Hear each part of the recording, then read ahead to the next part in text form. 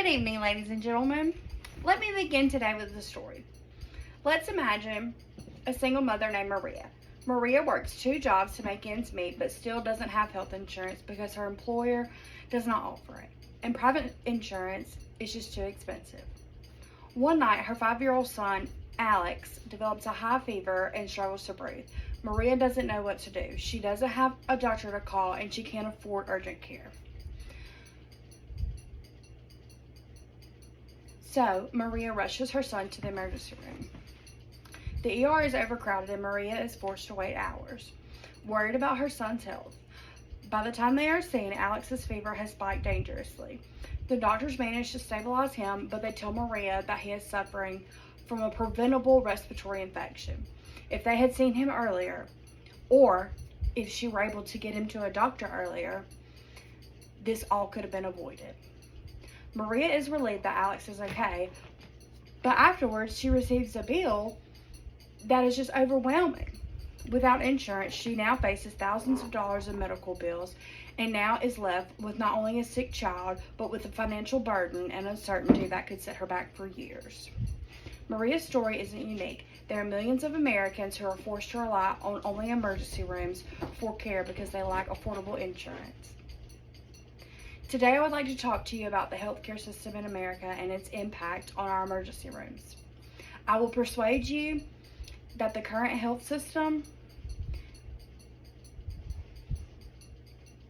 of insurance, or the lack thereof, is overwhelming our emergency departments, driving up costs, and ultimately jeopardizing our quality of care. This isn't just a policy issue, it's a human issue that affects everyone. In the next few minutes, I will explain the following: the overcrowding and misuse of emergency rooms, the root cause of these problems, inadequate insurance coverage, and the lack of affordable care, and the practical solutions that we can use to address the crisis and fix our healthcare system for everyone. Local emergency rooms are busting at the seams.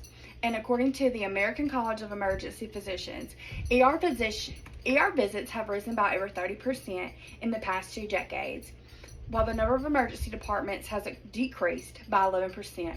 This overwhelming influx of patients has been exacerbated by an increasing number of people who have nowhere else to turn for their medical care. They don't have a regular doctor, they don't have insurance, and often they don't know where else to go. So the emergency room becomes their only option. This massive influx of non-emergency cases, people who need medical care but not immediate medical care,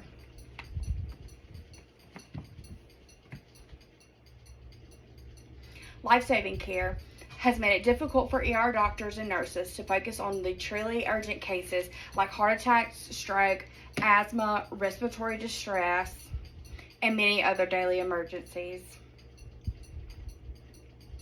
And so they're forced to spend significant time on patients whose needs could be addressed in a primary care or urgent care setting had they only have access to it. The consequences of overcrowding are devastating. Studies show that longer wait times in the ER can result in higher mortality rates. The New England Journal of Medicine found that patients experiencing a heart attack waited 25% longer for treatment in crowded ERs, significantly increasing mortality rates. The longer a patient waits, the worse their condition can become. For conditions like a heart attack, stroke, seizure, sepsis, and severe trauma, delays can mean the difference between life and death. The strain on emergency rooms isn't just an issue for patients, it's a financial crisis for hospitals as well. According to the American Hospital Association, U.S. hospitals provided $42 billion in uncompensated care in 2022 alone.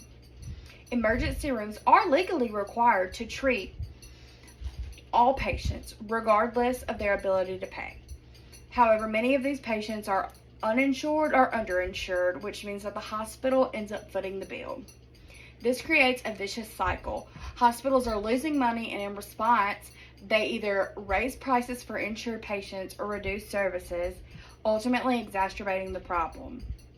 The financial strain on hospitals, especially in low-income or rural areas, has led to the closure of numerous emergency rooms across the country. So what is causing this problem?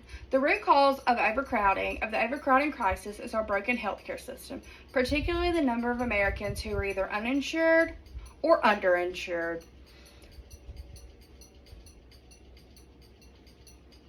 Despite the Affordable Care Act's efforts to reduce the number of uninsured, nearly 27 million Americans remain without health insurance. Furthermore, millions more are underinsured, meaning they can't afford copays, deductibles, or out-of-network costs. This leaves them with no choice but to rely on emergency rooms for care. The U.S. should consider implementing a public option or even moving toward universal health care. As economist Paul Krugman argues, universal health care isn't just a moral imperative, it's an economic necessity to fix the insufficiencies plaguing our system. Providing affordable healthcare options for everyone would reduce the need for ER visits for non-emergencies and ensure that everyone has access to the care that they need and deserve before it reaches a crisis point.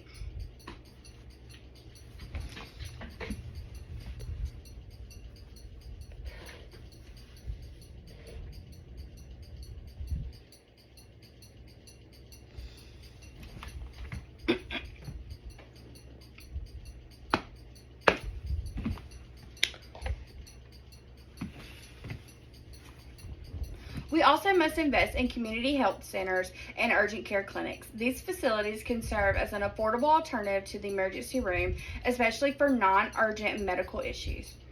By expanding funding for these centers, we can reduce the number of people who turn to emergency rooms for routine care.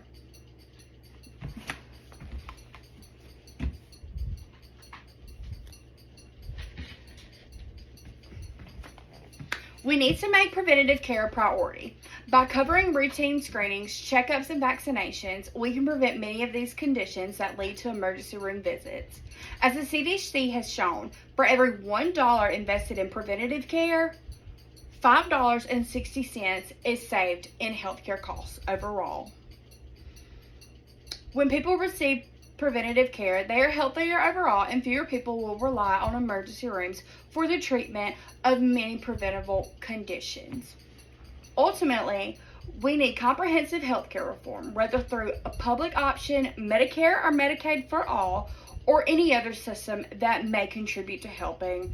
We need to ensure that healthcare is a right, not a privilege.